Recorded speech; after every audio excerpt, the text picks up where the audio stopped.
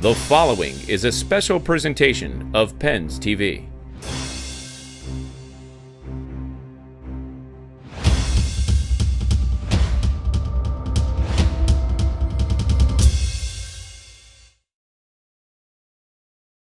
Separating these two teams from a shootout. Carried back on by Briere. Steps by one. Briere holding. Bennett on a cross.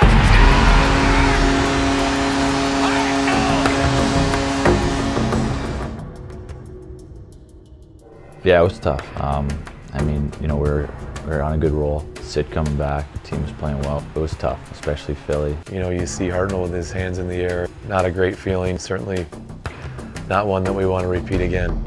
It was a tough loss, but at the same time, it's good to have adversity, and anyway, you have to beat them in the playoff if you want to win. Things like that happen, and you know, it's better now than win the playoffs, so we'll hopefully get that out of the way and you know, get back on track here. The track the Penguins want to be on is 9 months long, with a finish line in June.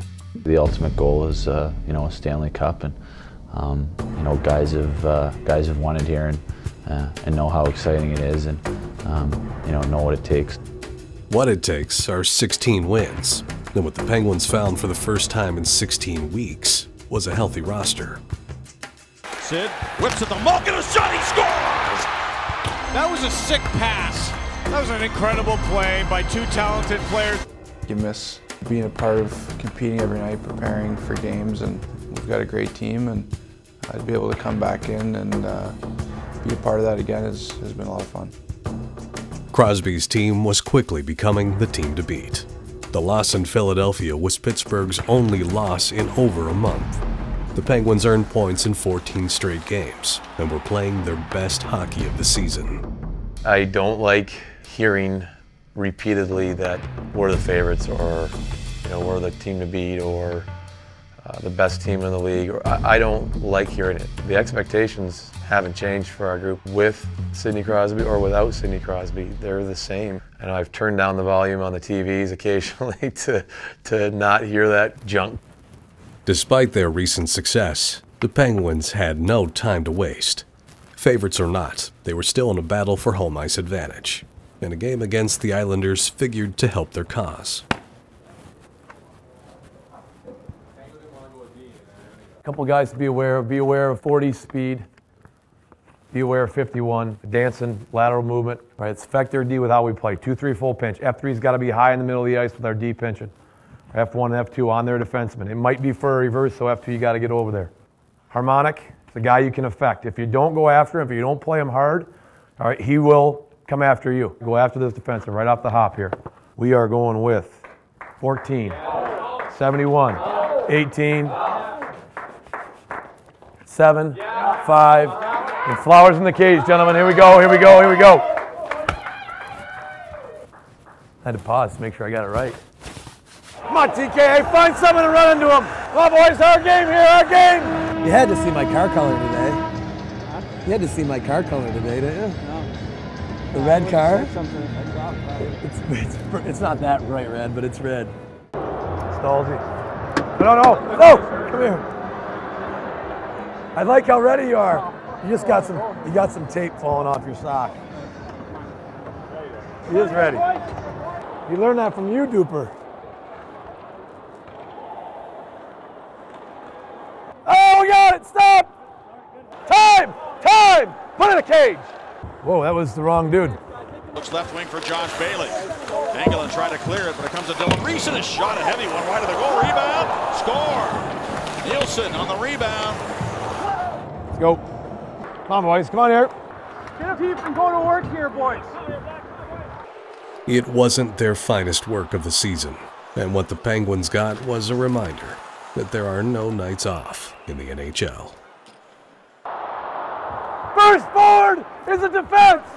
First forward is a defense. It's coming. Look.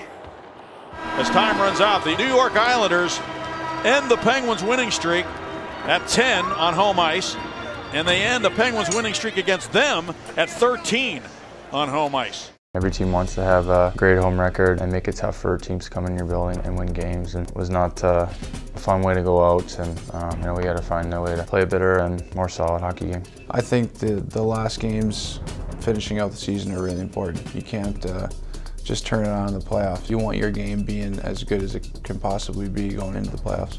It's huge. Obviously, you want to set up momentum going into the playoff when you want to be tough to play against at home. Pittsburgh had a tough final week of the season, but another loss at home to the Flyers didn't end with a sense of finality. Oh, big hit there, Vitaly up the air. Look out. Yeah, look out is right. He's ready too. Oh man, Shin's getting it from Aaron Asham. Look, we got problems right now. Tony Granato right here going at it. With Lavia left. A rivalry that needed no stoking was doused in gasoline. It was an explosive end to a game that all but secured a first-round playoff matchup between the cross-state foes. The chatter had just begun. You know, we kind of, let everyone else do their talking, and we do our talking on the ice. I think we just have to focus on what we do well and what we need to improve on, but as far as opinions, I don't think we can get too caught up in that. Not only do we talk about it, not only is it a learning situation for our team, but that is a part of playoff hockey. It's a big part of playoff hockey, and that emotional control, keeping focused on our game and what we do, is a focus for our team, and I think we can continue to expect that. The unexpected defines the playoffs. The unbridled joy of winning 16 games in a single postseason is something most of this team has experienced. The thought of winning for those who haven't is overwhelming.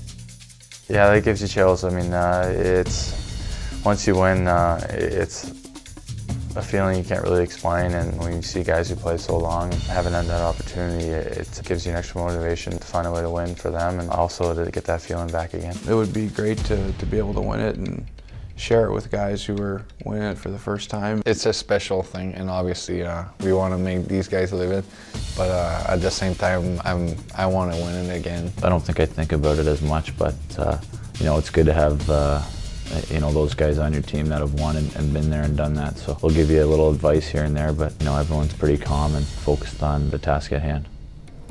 The task at hand is, once again, Penguins Flyers. It's a collision course that seemed predestined, a roller coaster of emotions on a ride the Penguins hope is just beginning. There's things to get better at in our game, and that's really been a focus for our team. And we got to get better in these areas because these are the difference makers for us in the playoffs. It's not just going to be handed to us. It's not just going to be that easy. It's tough to win 4 games to get on to that next round. It's tough to get 4 more to get on, and it's really tough to win 16 games. And we know that it's going to be tough to get 4 wins to move on to the second round, and we're getting ready for that challenge.